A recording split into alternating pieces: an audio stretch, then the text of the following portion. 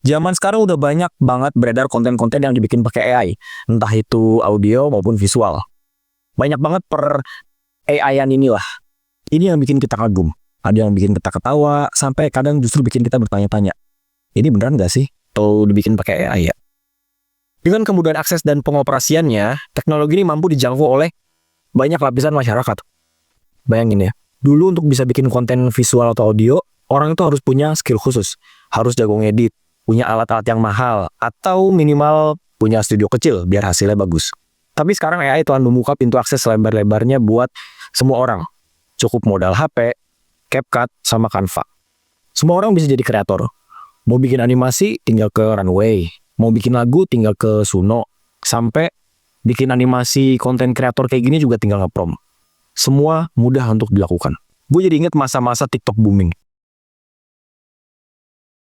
Waktu itu algoritma TikTok itu bisa bikin siapapun menjadi viral. Nggak perlu modal gede, nggak perlu followers yang banyak, cukup bikin konten-konten yang relate, seru, dan mampu menyentuh hati penonton. Nah, AI ini mirip-mirip seperti itu. Bedanya, AI memudahkan orang lain dalam membuat konten. Nggak perlu muncul di kamera kalau grogi, nggak perlu pakai software yang ribet. Bahkan, kalau nggak punya ide, tinggal tanya ke ChatGPT. Makanya nggak heran kalau sekarang udah banyak banget orang yang terjun ke dunia AI ini. Tapi, dibalik semua kemudahan dan keajaiban AI, ada sisi gelap yang nggak bisa kita abaikan. Kalau semua orang bisa bikin konten dengan sangat-sangat mudah, siapa yang bertanggung jawab dengan isi konten mereka? Karena kenyataannya, nggak semua orang menggunakan teknologi ini untuk hal-hal yang positif. Dengan jangkauan AI yang luas dan kemudahan aksesnya, tetap aja ada oknum-oknum yang memanfaatkan teknologi ini untuk hal-hal yang merugikan orang lain. Contohnya, kita udah sering denger lah berita-berita penipuan pakai AI di luar sana. Ada yang bisa niru suara anggota keluarganya, manipulasi visual kayak yang banyak dipakai iklan-iklan judul, belum lagi soal propaganda. Semua dibikin sebegitu realistisnya, hingga seringkali sulit membedakan yang asli dan yang palsu. Dan ini juga salah satu hal negatifnya.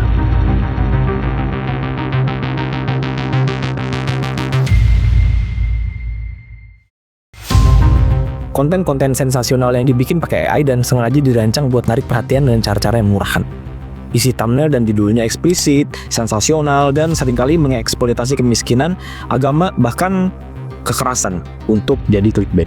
Judul-judul seperti "Aku rela digenjot dukun tua" bisa jadi bukan cuma sekedar clickbait, tapi juga berbahaya secara etis dan sosial. Kenapa bisa berbahaya? Karena kalau kita lihat di sini, mereka bawa embel-embel kisah nyata. Oke, anggaplah kita sebagai penonton percaya bahwa semua kisah ini nyata. Kita percaya bahwa ada perempuan yang dilecehkan oleh dukun di cerita ini. Tapi, kalimat "digenjot dukun tua" kesannya tuh mempermainkan isu-isu serius seperti pelecehan seksual dan spiritual abuse cuma demi klik.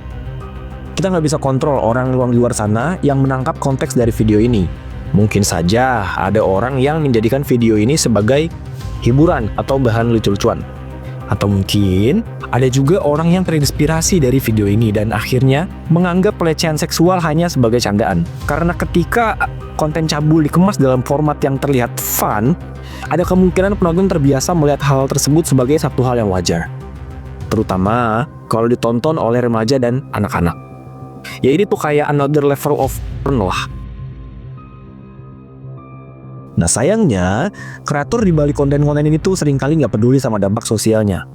Mereka cuma ngejar views, likes, dan duit dari iklan. Walaupun memang kita nggak bisa memberikan tanggung jawab sepenuhnya kepada konten kreator, tapi kita bisa lihat tendensinya apa di balik konten ini. Karena kalau dari segi konsep, mereka berusaha berdiri di garis abu-abu yang padahal enggak. Coba kita lihat dari thumbnailnya nih.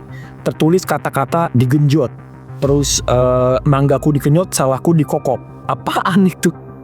Terus ada tulisan kisah nyata, pakai foto orang ciuman. Kalau misalkan dia bikin video ini untuk sekedar informasi atau membagikan berita, ya bisa aja pakai judul sebatas kisah nyata perselingkuhan atau nggak perlu ada embel-embel yang berbau seksual.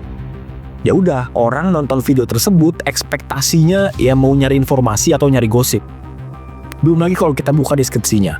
Di situ tertulis, video ini bertujuan untuk memberikan pembelajaran dan inspirasi. Gue tanya ke kalian semua, Lu dapat inspirasi apa ketika tahu judul videonya manggaku dikenyot sawahku dikokop? Apa? Inspirasi apa yang mau lu dapat dari judul kayak gitu? Udah pasti orang yang klik video itu mau tahu urusan esek-esek. Giliran orang lain kritik soal etika video tersebut, channelnya tinggal berlindung di bawah. Ini hanya cerita inspirasi, ambil hikmahnya aja. Kesannya tuh kayak mau main aman. Dan gue yakin mereka tahu bahwa apa yang mereka kerjakan itu akan berdampak buruk untuk sosial kita. Kenapa? Karena banyak dari penonton mereka yang juga percaya dengan cerita ini. Gue coba ambil contoh lain dengan konsep yang sama.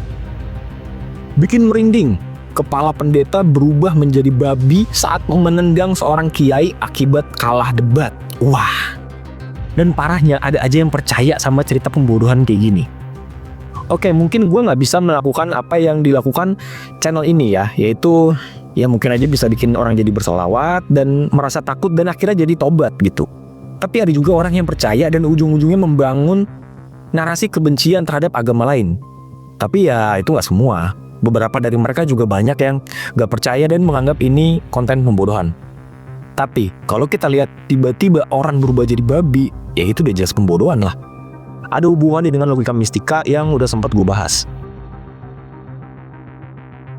Masalahnya bukan cuma di kontennya yang absurd dan gak masuk akal, tapi juga dampak ke jangka panjangnya ke cara berpikir masyarakat. Narasi-narasi bohong yang dibungkus sensasi ini bisa pelan-pelan membentuk opini publik yang salah kaprah. Gak sedikit orang yang percaya mentah-mentah, apalagi kalau dibumbui embel-embel berdasarkan kisah nyata atau kejadian viral di desa X. Padahal semua itu hasil prom AI yang asal-asalan, tanpa riset, tanpa validasi, bahkan tanpa logika yang dasar. Lebih bahayanya lagi, konten kayak gini seringkali menyentuh isu-isu sensitif kayak agama, suku, gender, status sosial, kekerasan, dan mistika. Polarisasi pun makin tajam. Orang jadi gampang terbakar emosi cuma gara-gara lihat konten 15 menit yang sebenarnya dipertanyakan keasliannya.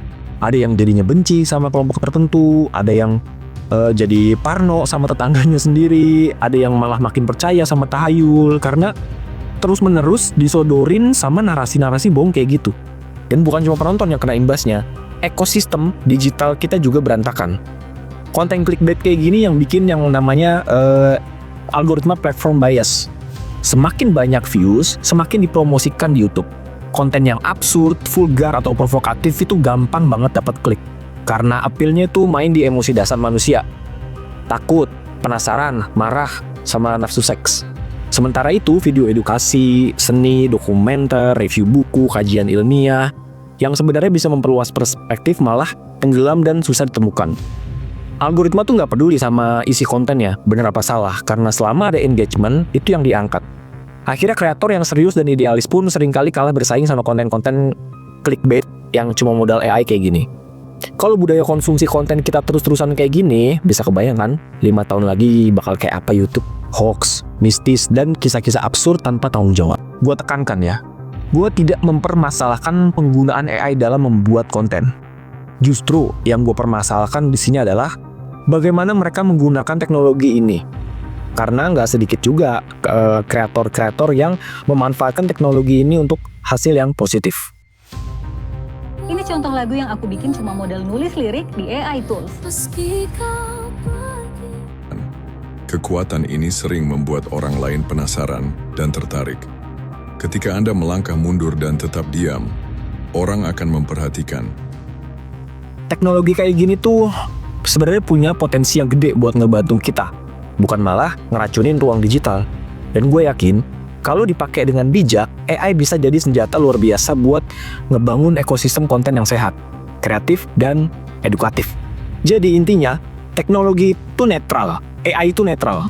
Manusialah yang menentukan mau dipakai buat apa.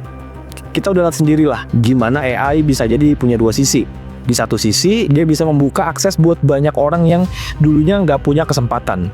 Tapi di sisi lain, kalau disalahgunakan tanpa etika, ya akhirnya jadi alat buat nyebar hoax, clickbait murahan, sampai ngerusak pola pikir masyarakat.